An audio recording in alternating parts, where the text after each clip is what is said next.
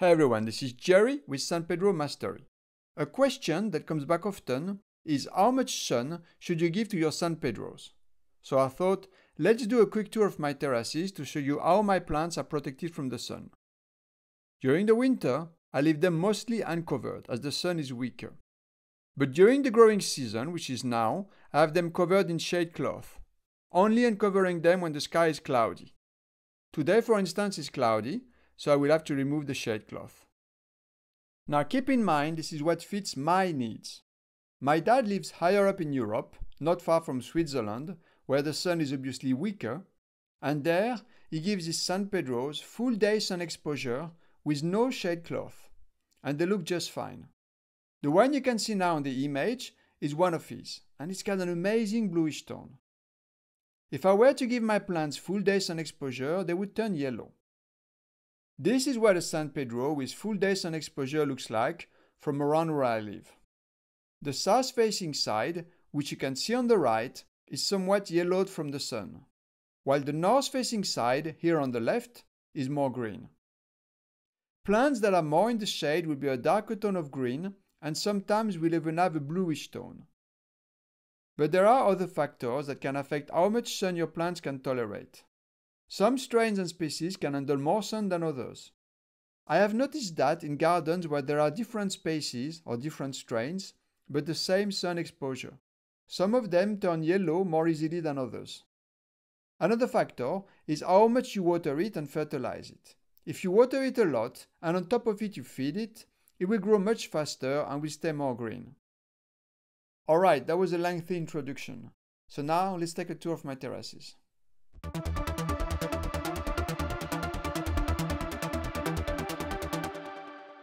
When I come out in the morning, I have to lift this shading material to be able to access my back terrace.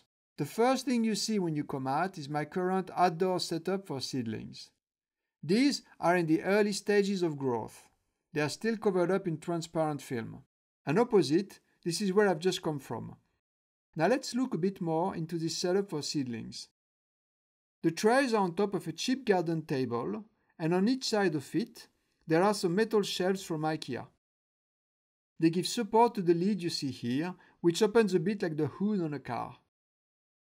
I have put some plants on both of the shelves. You might as well use them for something. Next to it, you have the table, and there you will recognize the small containers which are the subject of the mini-series currently running on this channel. I have just moved them outside. The temperatures are now good enough to keep them outside, and there's no point in wasting electricity when it's not necessary. On the left of the table, there are some larger trays.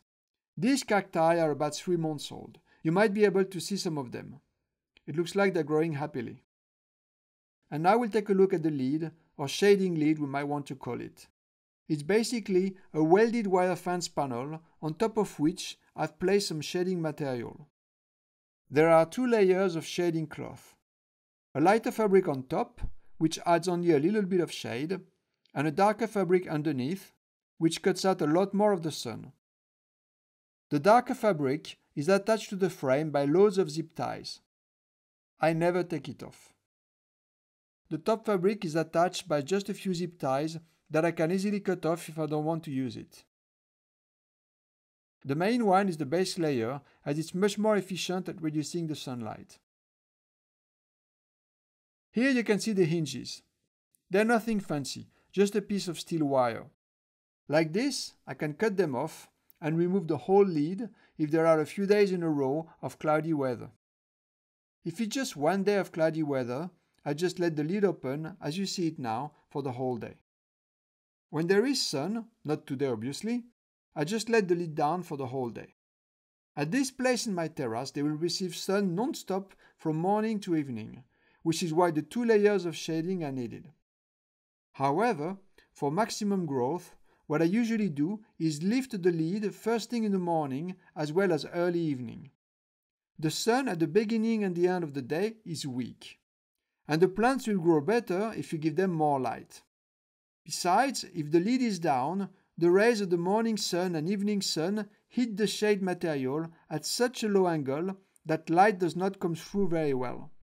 So for maximum growth, I recommend opening the lid early morning as well as evening. If you don't do it, no big deal. The plants will just have a longer rest at night. If you copy my setup, you need to make sure there is enough space for good air circulation. Here there are 6 inches between the top of the tray and the shading material, and that's perfect. Obviously, when the trays are still wrapped up in film, air circulation doesn't matter. But soon, they'll be opened. Now if we walk to the end of the terrace, there is another one of these metal shelves. This is a corner that does not get a huge amount of sun. For that reason, the shading material is single layer and does not reach all the way to the bottom. You have to vary the amount of shading depending on the amount of sun the plants receive. This, by the way, is my rainwater tank. It's got a bit of algae in it. And it collects water directly from the drain pipe. Such a tank is not expensive, like 50 or 70 euros if I remember well. That's about the same in US dollars. And now this is the part which I've come from.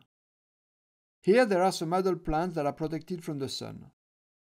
They get sun from midday to evening, and even half a day of Mediterranean sun can be a bit much for them. I mean, they'll be fine, but they will grow better and look better with some shading. There is a main sheet that stretches from a shutter to a hook in the wall, and behind that there are 2 smaller sheets of shading. One over there, because there are some very tall plants and their tips wouldn't be covered, and the other one over there because I've recently moved there some plants that were yellow from too much sun on the other terrace. For the smaller piece of cloth, I reused a couple of hooks that were already drilled in the wall. Now you can see what I mean by plants that are a bit yellow. They were in my other terrace in a spot that gets sun from morning to evening, and very often I left them uncovered, hence the yellow color. This one here is the worst one. Will it survive? Of course. Today is a cloudy day, so I'm going to have to remove all of the shading. Otherwise the plants would not have enough light. This piece is quite high, I can hardly reach. Next year for sure I will need to step on a chair. Here we have 2 really tall plants, and the plant at the front was another one that was really yellow from the other terrace. Will it go back to green? Probably not, though I can hope it may regain some greenness. So this is my back terrace, which is north facing. On the front terrace, which is south facing, you have the same exact seedling setup as on the back one, except that the plants here are a few months older and they're open air. This table, as you can see, is fitted with insulation foam as well as a heating mat, which is not connected today because it looks like it could rain. I sometimes use a mat if I want to boost the growth of a tray when the weather is not warm enough. And we've had a terrible spring here, often cold and rainy. By the way, you're not supposed to use these heating mats outdoors. Do not copy me on this. On darker days like today, I leave the lid open, using this extension pole for a paint roller. And when it's sunny again, you just drop it down like this. It's held at the back by hinges of metal wire, like on the other terrace. Here you can see there's really good air circulation, which deters pests from making it their home. Next to it, we have some large plants protected by a sheet of shade material. These plants were mega exposed. They get sun from morning to evening, so actually it shows a 100% shade fabric, where no light can pass through the fabric. It's as if the plants were behind a wall. Like this, they won't get sunlight from mid-afternoon to late afternoon.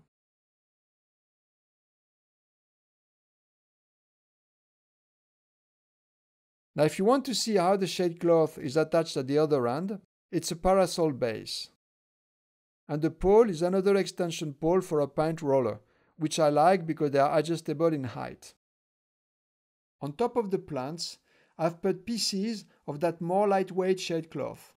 This one is super cheap and very supple. It's perfect to put on top of plants. It only offers a light percentage of shade, but in this case it's enough. Here at the back of this shutter there are a couple of large San Pedros, around which I've wrapped some shade cloth. It comes in rolls and you can buy it in different width. Here it's 1 meter wide, but I also use the 1.5 meter wide. That equates to 4 feet and 6 feet. Now let's take a look at the other half of the terrace. I'm not going to show you the plants today. This video is just to show you how I protect them from the sun. Some of the plants here have been in the same pots for up to 8 years, so it's high time I repot them to give them new soil. Plus, plastic pots don't last forever and they eventually break. This one does not break easily, but other pots do. I really need to give these plants some tender loving care, but I'm always short of time, especially since I have other hobbies that take up a lot of my time. Since we're here, let's take a quick look at these ordinary plants, such as these little fig trees. Yes, they can produce figs in a pot. Over there we have strawberries.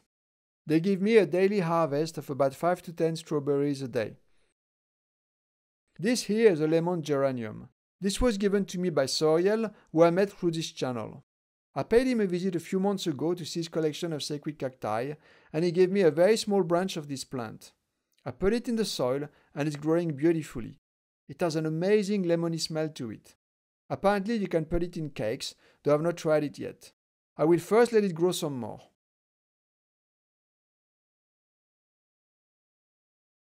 Here more trichocereus cacti. And here on the floor you can see the pacanoy that I potted in my video on growing cuttings horizontally. Next to these plants I have more IKEA shelves. 6 of them that I've grouped together. They are protected from the sun by a large sheet of shade cloth. And on top of it I have put some bamboo fencing as an extra protection against the sun. The thing is completely opened at the back for air circulation and also because the back does not get much sun. The shelves that are closest to the aisle only have one level, close to the floor, whereas the furthest ones have 2 levels. I did not put a higher level at the front so that it doesn't block the sun from the lowest level at the back.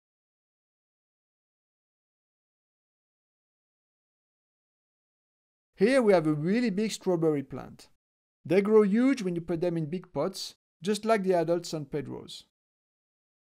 Just take a look at my hand in comparison. Some aromatic plants behind, mint, sage and parsley.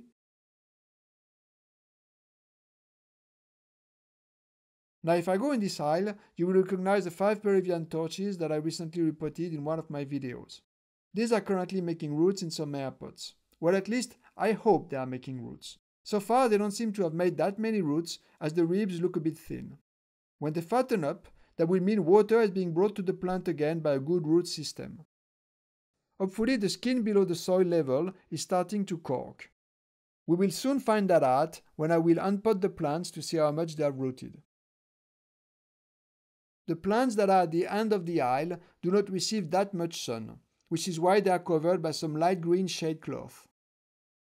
On the other side of the aisle, against the wall, there is another sheet of more efficient, darker green shade cloth, as this particular spot gets quite a bit of sun. Here already on this tip, you can see a few more flowers in the making. It's soon going to be the season for flowers. As you can see, there are quite a few plants there. Actually, I made one of them fall down. That one has a burn tip, I will have to cut it off. So that's it. I hope you enjoyed this video. If you did, please press the like button as it helps my channel. Also, make sure you subscribe so that you don't miss any of my future videos on growing sacred cacti. Thanks for watching, and I'll see you all again very soon.